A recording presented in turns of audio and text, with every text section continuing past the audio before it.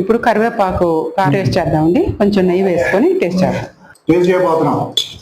కరివేపాకు కారం, ఇదిగో నెయ్యి వేస్తున్నా.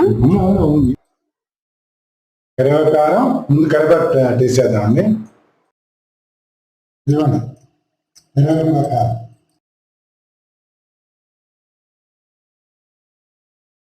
ఇదిగోండి. చాలా కమ్మగా ఉందండి. తీయడానికి ఏం కావాలండి, ఇంత టేస్టీ కావాలి.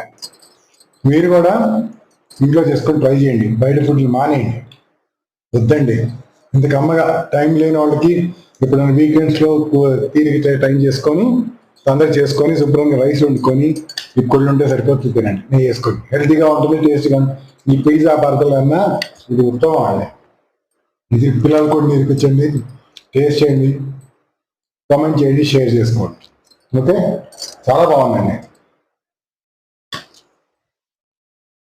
ఉప్పులు కారాలు అన్నీ సరిపోయినాయి.